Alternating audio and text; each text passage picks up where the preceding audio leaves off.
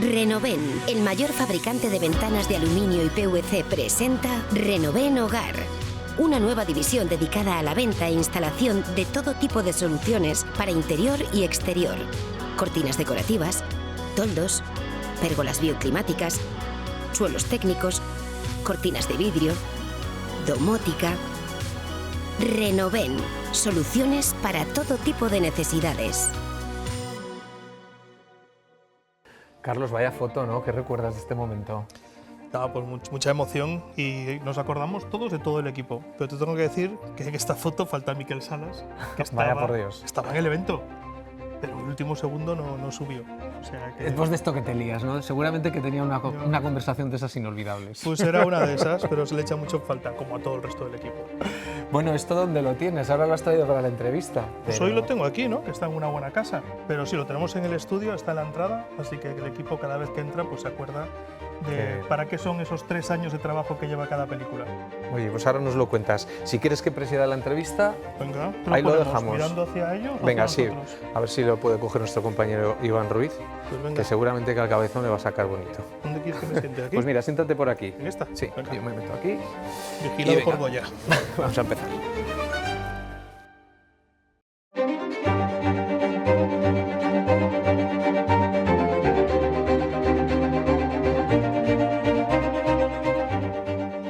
Carlos Fernández de Vigo, director, guionista, productor de cine. Luego hablaremos de las empresas, de la inteligencia artificial y de todo lo que ya es futuro y presente. Bienvenido a este programa. Gracias, Roberto. ¿Qué tal estás? Bien. ¿Estás bien? Bien, a gusto. Bueno, Sí. pues si estás bien, vamos a hacer una buena entrevista. Oye, ¿qué pesan más? ¿Las 4 nominaciones a los Goya o este cabezón que tenemos aquí que nos has traído a la entrevista? El cabezón pesa, ¿eh? Y pesa lo suficiente como para que Lore, codirectora y mi pareja, esté ahora la pobre con un poco de tendinitis de las horas que tuvimos que estar de un lado para otro atendiendo a la prensa con los cabezones, que eran 2, tuvimos gemelos. Tuvisteis gemelos. Le mandamos un beso a Lore Muy también, grande. que se recupere pronto y que dure mucho esa emoción de vivir una gala como los Goya y que realmente al final uno resulte premiado. Pero 4 nominaciones son muchas nominaciones. Sí, de hecho lo mencionamos en el agradecimiento básicamente porque queríamos que, claro, somos de animación sobre todo, hemos hecho ficción y hacemos ficción de vez en cuando, pero sobre todo estamos centrados en animación. Y de alguna manera también queríamos mandar ese mensaje de, a ver, que no es la primera, ni la segunda, ni la tercera, es la cuarta. Y yo siempre digo que cada una de esas 4 nominaciones y cada una de las 3 anteriores que no ganamos son las que nos llevaron a esta vez a poder conseguirlo, pero sobre todo que 4 nominaciones son una carrera de todo un equipo, no solo la nuestra, sino la de todo el equipo. Bueno, pues ahí están algunos, pero es que hay muchos más, ¿no?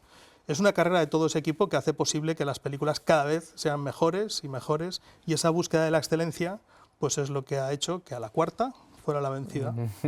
Este es el Goya por Cafune, pero los anteriores fueron Memorias de un hombre en pijama, Ana y los monstruos, Amanece la noche más larga.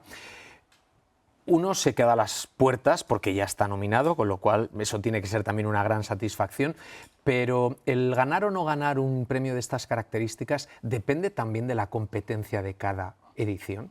Es decir, cualquiera de las 3 nominaciones anteriores, en función de quién estaba en la competición, os podría haber llevado a ganar o no.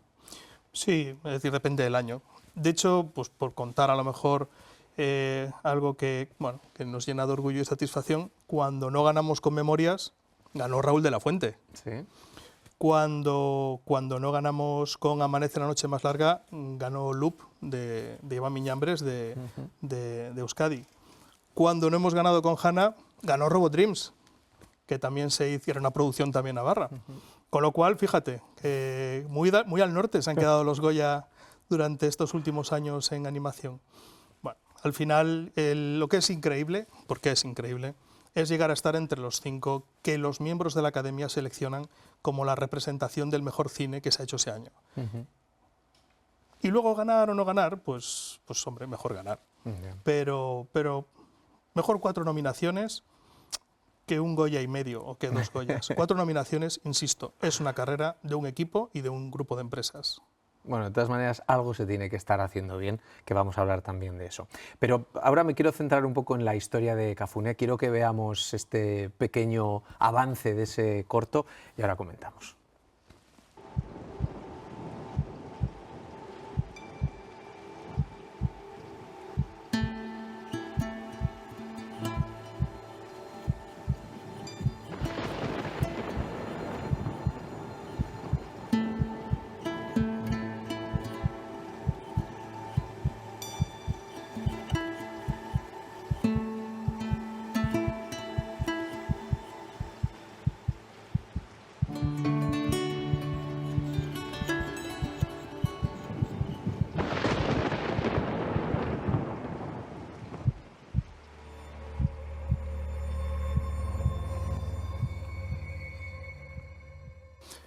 Lore y yo estábamos trabajando en varios conceptos de cortometraje, Amanece fue el primero, asociados pues a una visión de una época, ¿no? De un cambio de era que consideramos que estamos viviendo, con todo lo que ella implica y con todas las exigencias a nivel social y humano que consideramos requieren de todos nosotros, para poder afrontar este cambio de era construyendo unos cimientos sólidos de futuro.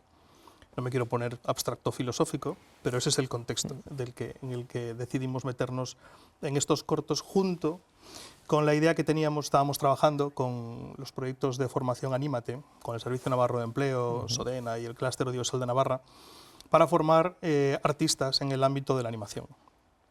Y de alguna manera nos pareció que encajaban muy bien las piezas, ¿no? Ofrecer espacios de trabajo a artistas, bueno, jóvenes, o no tan jóvenes, pero que no habían tenido todavía experiencia en el ámbito cinematográfico, para llevarles y ayudarles a llegar a lo que es la producción ya de largometrajes. En ese contexto, Chechu Ramírez, uno de los alumnos que teníamos en aquella época, hoy un artista, pues oye, ya lo era de aquella artista, pero ahora profesional, profesor en Crea Navarra, profesor en varios ámbitos de creación cinematográfica, y además storyboardist, pues lo fue de aquí, además, y de otras producciones nuestras. Pues Chechu nos vino con un cómic de 3-4 páginas y nos encantó. Es decir, conmovió todo el estudio y nos pareció que encajaba muy bien con ese esfuerzo, esa visión en la que estábamos Lore y yo trabajando, y le propusimos incorporarlo. La semilla pues la puso Chechu, un artista que trabaja en Navarra haciendo pues unos proyectos fabulosos. Y la historia, porque estamos acostumbrados a... Ahora depende de qué otras noticias en el mundo estén ocurriendo, pero nos hemos acostumbrado, desgraciadamente, a contar casi cada día el goteo de muertes, de personas ahogadas, cruzando el estrecho, en el Mediterráneo, etcétera, etcétera. ¿Por qué contar una historia en un corto así? Pues bueno, supongo que la respuesta es la misma pregunta, ¿no? Es decir, porque nos hemos acostumbrado, estamos anestesiados. Y cuando empezamos con el proyecto, una de las cuestiones que hice un ejercicio así, quizás te parecerá un poco naif, o quizás no, pero me dediqué durante un par de días, cuando tenía un ratito, a buscar nombres y apellidos de personas que hubieran fallecido en algún proceso de migración forzada. No encontré ninguno, encontré muchos números. Encontré estadísticas, tablas, si eran mayores de edad o menores de edad, si eran hombres, si eran mujeres en estado o no, pero no encontré los nombres y apellidos de ninguno de ellos. Y eso pues constató lo que acabas de decir. Estamos anestesiados y ya no, yo creo que muchas veces no somos ni conscientes, sí lo somos, pero ya no sentimos como que lo que hay al otro lado de esas estadísticas y esas noticias, que es diario, hoy en día es diario, ¿ya? Que son personas.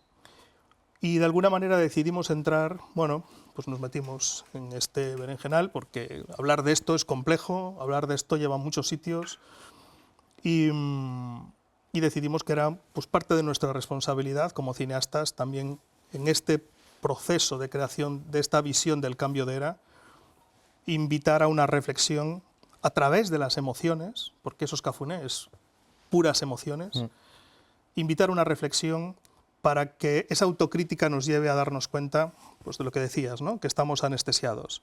Y quizás a partir de esas emociones, despertando de esa anestesia, alejándonos unos y otros de visiones preconcebidas, pues nos adentremos en un pensamiento crítico enfocado hacia, bueno, queremos que sea el futuro, cómo queremos que sea recordada nuestras generaciones cuando analicen esas estadísticas y esas realidades que se están viviendo cada día en el Mediterráneo y en muchos otros sitios. Ya. Decías que contar esta historia te lleva a muchos sitios, pero no sé si a la hora de escribir el guión, a la hora de escribir la historia, uno tiene que tomar también precauciones, porque esto va dirigido a un público muy amplio. Sí. Que puede verlo de formas muy diversas, que para unos Sí. puede ser una migración forzada, pero para otros no. ¿Sabes qué pasa? Que quizás ahí está parte de la reflexión de la tetralogía de cortos en la que estamos trabajando, ¿no? No pasa nada, ¿verdad? Si la película traslada una visión que no coincide con la de X porcentaje de la sociedad.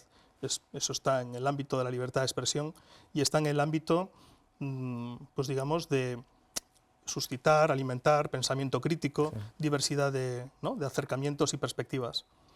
Fíjate que el mayor esfuerzo que se hizo durante la fase de guión, cuando estaba escribiendo el guión, el mayor esfuerzo que hice fue descontaminarlo de cualquier visión política. Ese fue el mayor esfuerzo que hice. Bueno, hubo otros, pero ese era fundamental. No se podía asociar con ninguna, ni de un lado ni de otro, ni de arriba ni de abajo. Es decir, tenía que ser la historia de personas y así es como queríamos que se recordara que se debe analizar esto también. Esta situación debe ser analizada, en primer lugar, desde la realidad, que es sin constructo de ningún tipo, y la realidad es que hay personas que se encuentran en esa situación. Tengo que añadir que Damián Perea, que es uno de los coproductores y un buen amigo de hace muchos años, canario, le invitamos por segunda vez, porque fue coproductor nuestro también en Amanece la noche más larga, le invitamos pues porque nos parecía importante tener un sentir de alguien que vive en el día a día, ¿no? La llegada. Y fue importante en la escritura de guión también. Lo mismo que cuando lo propusimos al premio Avicine, Amnistía Internacional, y ganó, fue el proyecto que seleccionaron, también era importante porque no se trataba de hacer lo que contentara a nadie, sino que queríamos estar persiguiendo muchas sensibilidades distintas para poder ver nuestra película desde distintos sitios, pero manteniendo siempre la fidelidad a la perspectiva que como artistas queríamos trasladar. Vamos a meternos con las manos en la masa. Más nos vamos a meter? Sí, porque damos por hecho, bueno, o igual no. Igual me voy a meter yo solito en un berenjenal, pero damos por hecho que todo lo que es digital pueda estar ahora con la inteligencia artificial. Podemos pensar que estos dibujos se han encargado a un chat GPT y venga, ya está. ¿De qué duración quieres el corto? De 7. Pues venga, te lo voy a hacer, pum, pum. O esto es artesano. Esto es ponerte a hacer pan y amasar la masa. Yo soy gallego de nacimiento y el pan en Galicia es una religión. Y claro, hacer pan, es que esto ha llevado 3 años de trabajo. Y de hecho son más de 3 años, pero digamos 3 años, que es una cifra suficientemente redonda para un proyecto de 7 minutos de duración, ¿no? 3 años de trabajo en el que un montón de personas han estado trabajando a pinrel, fotograma a fotograma.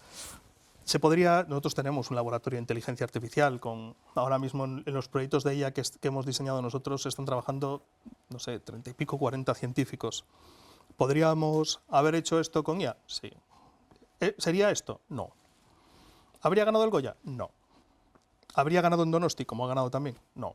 ¿Habría ganado en Málaga? También no. No habría ocurrido eso. La conexión emocional que tiene Cafuné está asociada a la sangre, sudor y lágrimas, que diría nuestro amigo Churchill, que han depositado cada uno de los artistas que han pasado por ahí. Cada uno de estos planos, cuando lo estábamos viendo ahora, pues tú estás viendo planos, ¿no? Y dices, qué bonito este o este otro, sí, mira, qué tal. El brillo de los ojos, ¿no? La emoción. O sea. Claro, yo estoy viendo personas que han estado trabajando la capa de sonido. ¿Por qué ese sonido aquí en ese momento? ¿Por qué ese volumen y no otro volumen? ¿Por qué cuando estamos viendo este plano, por ejemplo, por qué la luz roja tiene esa intensidad específica? Este tono de rojo, que podrá parecer un rojo, es color rojo, ¿verdad? Pues ese tono de rojo nos llevó semanas encontrarlo.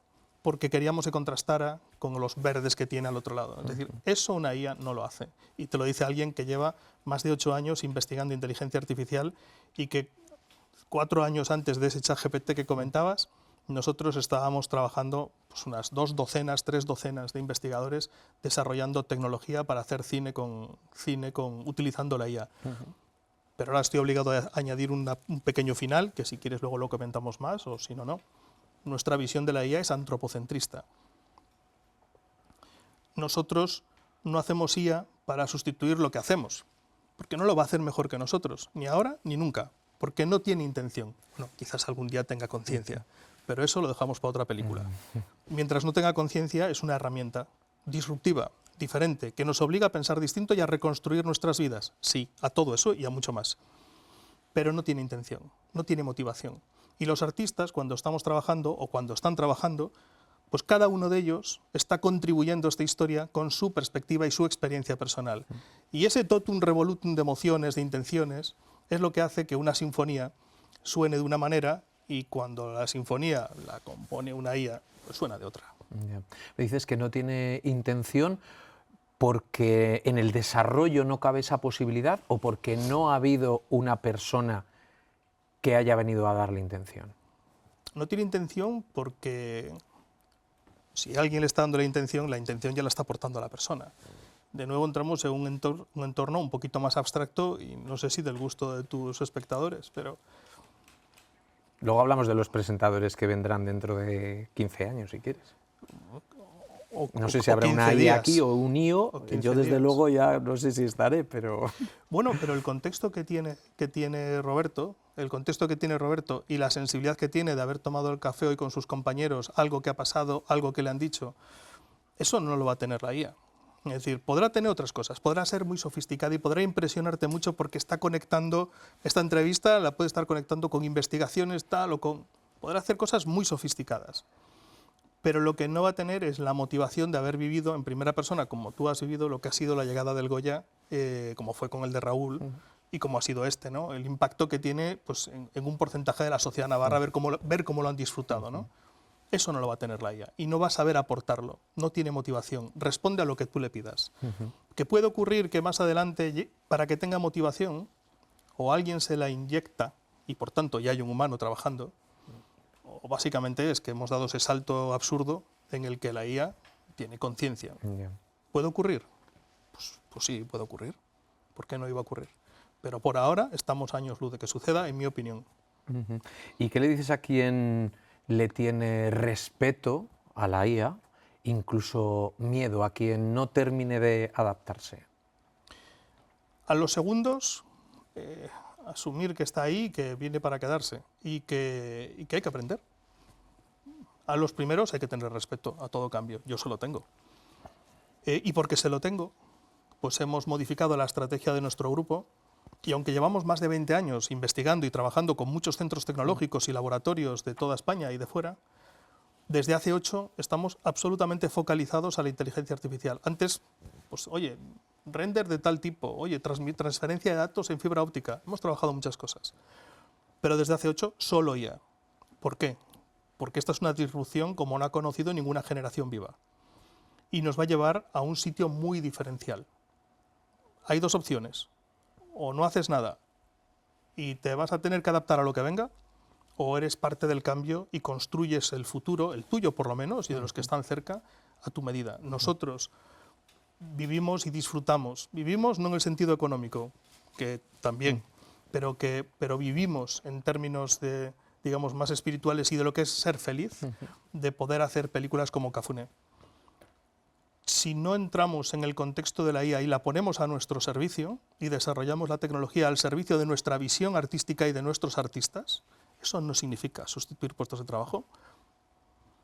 Corremos el riesgo de que en un futuro cercano perdamos nuestro hueco. Y por eso, pues a día de hoy, en la empresa, pues debemos estar pues, entre las películas y la inteligencia artificial, pues del entorno de 50, 60 personas trabajando, y fácil, la mitad está en IA. Fácil. Y no estamos dejando de contratar ni una sola persona, artista, para hacer su trabajo. Eso sí, ahora les damos herramientas, trabajamos para crear herramientas que les permitan dedicar el tiempo al espacio de valor añadido y de expresión artística, y les eliminamos un montón de procesos que no aportan, que no hacen que la película sea mejor. ¿Cuánto tiempo lleváis desarrollando tecnología de inteligencia artificial? Hablábamos antes de que eres CEO de la empresa Dr. Platypus y Miss Wombat. ¿Sí? Yo soy el Platypus y Lore es el Wombat. Vale, luego me explicas el porqué esos nombres, porque todo tiene una explicación. Pero ¿cuánto tiempo? Cuéntame eso. ¿Cuánto lleváis haciendo ese desarrollo? Empezamos por decir que nosotros trabajamos tecnología desde hace más de 20 años. En el grupo pues, hemos tenido una spin-off tecnológica, por ejemplo, de la Universidad de Santiago de Compostela, en el ámbito de la computación gráfica. Tenemos 2 de las empresas del grupo han sido calificadas como IEBTs, empresa innovadora y de base tecnológica. O sea, están en nuestro ADN. Hemos desarrollado tecnología de contenidos que se han lanzado en Nintendo, en las webs, en las consolas de Nintendo o en los iPhone. Pero, como te decía, hace 8 años vi el tema de la IA en el ámbito académico y dije, esto lo va a cambiar todo. Y digo, todo es todo. Y en aquel momento estábamos diseñando un proyecto de Motional Films, que estaba participado por la UPNA, la UNAF, CLAFNA, DITEC y CREENA, de la Consejería de Educación del Gobierno de Navarra. Y era un proyecto para crear películas que se adaptan en tiempo real a las emociones del espectador. Y la razón por la que lanzamos ese proyecto fue porque vimos que la IA, por primera vez, permitía hacer algo tan loco como eso. Teníamos razón, se podía hacer y se hace, y lo estamos haciendo. Me estás diciendo que yo como espectador me emociono, se me cae el lagrimón o me río a carcajada suelta como si no me estuviera, como si estuviera solo, como si no me estuviera viendo nadie, y de ahí también se aprende tanto como para adaptar en ese momento o tomar una dirección u otra. No tanto tomar una dirección u otra como Elige tu propia aventura, aquellos libros maravillosos, sí, ¿verdad? Sino que se va construyendo en función de lo que está percibiendo el sistema, condicionado a lo que los artistas han dicho hacia dónde debe ir. Pero no está escrito el guión, no está escrito el plano, no es nada. Es decir, sencillamente son como 14, 15 modelos de inteligencia artificial interconectados en tiempo real. Y todos interconectados toman decisiones en una línea u otra. Es apasionante. También tengo que decirte que es un proyecto que la parte tecnológica salió estupenda, pero Europa no tiene modelos de financiación para contenidos tan disruptivos. Por eso estuvimos hace poquito, nos hemos pasado pues, casi 3 semanas en Estados Unidos, en California, antes de los incendios, de la locura, madre mía. Y allí pues, nos invitaron a dar un ciclo de conferencias y estuvimos en varios, estuvimos en el American Film Market, estuvimos en el Animation World Summit y en otros. De la mano, pues ahí nos apoyó el PIN, por ejemplo, del Gobierno de Navarra, el Plan de Internacionalización y el Clúster Audiovisual de Navarra también. Y con un éxito enorme. Es decir, vimos que el laboratorio y los descubrimientos científicos y los avances tecnológicos que habíamos hecho entre, no nosotros solos, también la UPNA y otras instituciones como las que te mencionaba antes, entre todos fuimos capaces de desarrollar unas tecnologías, no solo la de Motional Films, otras también, que estaban muy por delante de lo que se estaba haciendo allende los mares. Ya, Carlos, pero es que hay mucha gente implicada como para convencer. Aquí venimos de la cultura, ¿no? En el imaginario colectivo la cultura es de determinada manera. ¿Cómo pasa de ser cultura a ser tecnología para seguir con la cultura? Ya. Yo no consigo, claro, me cuesta verlo como acabas de decirlo, esa es la realidad. No digo que yo esté bien hecho, ¿eh? No, yo tampoco. Pero es que no consigo ver la diferencia, porque cuando estamos haciendo Cafuné o cuando estamos haciendo Dino Games, que es la peli que estamos haciendo ahora, o cuando hemos hecho los videojuegos, permanentemente estamos en contacto con tecnología. Y yo creo que, es decir, evidentemente no voy a comparar a nadie de mi equipo, y menos a mí, con lo que voy a decir ahora. No es una comparación, pero creo que ayudará a ver. Claro, tú cuando ves las obras de Da Vinci, ves ingeniería y ves un artista como la copa de un pino. Yo creo que eso es lo normal. Es decir, yo creo que la tecnología y la parte y el arte están intrínsecamente conectados y que es constructo social para diseñar de manera cuadriculada los procesos educativos, el separar lo uno del otro. Y te lo digo porque si vienes un día por el estudio / laboratorio, pues vas a poder hablar con artistas fantásticos que tienen unos conocimientos tecnológicos, pero que son una locura. Pero también vas a hablar con ingenieros especializados en inteligencia artificial, pues que, yo qué sé, Mario, su receptáculo del agua es un cuadro de Mondrian. Es decir, tienen sensibilidad artística y mucha. Y si no, es que no podrían hacer los trabajos que hacen en el contexto de largometrajes, etcétera, etcétera. ¿Qué hay que estudiar para acabar ahí? ¿Dónde? Estamos hablando de una ingeniería, ¿no? Estamos hablando... Si quieres ir por la parte más técnica, pues ingeniería informática. Lore y yo dimos clase durante 3-4 años en el grado de ingeniería informática. De hecho, es donde tuvimos la suerte de ir conociendo a parte del equipo que está trabajando con nosotros. Alguno pues tuve la fortuna de dirigirle el TFG o de codirigirle, en este caso con el doctor Miquel Galar, a Mario. En otros casos estuvieron participando en los proyectos de I+D como científicos desde la UBNA y luego saltaron a, si quieres ser ingeniero de IA, pues ingeniería. Si Bellas Artes es probablemente el punto de partida clave para tener una visión amplia de lo que pueda ser la expresión artística. Bellas Artes es una carrera que yo no tuve la suerte de estudiar y que hubiera disfrutado muchísimo y me hubiera ayudado a acelerar ciertos procesos, digamos, de ductilidad mental y de flexibilidad mental. Es una carrera que no voy a decir que todo el mundo debería estudiarla porque la vida es demasiado corta, pero es una carrera que es profundamente higiénica, en mi opinión, para el desarrollo mental, sí. Y sería es la que tienen casi todos los que están en el estudio. Pues gracias, Carlos, por habernos abierto la mente a un mundo que está ahí, que lo vemos en el día a día, pero que realmente, como en tantas profesiones y tantos oficios de la vida, no los vemos, no tenemos tan poco tiempo. Como dices, la vida es muy corta como para saber de todo y entender por qué las cosas funcionan así. Que muchos éxitos y muchas gracias. Y que los compartamos aquí todos en Navarra y contigo en tu programa, Roberto. Muchas gracias. A ti.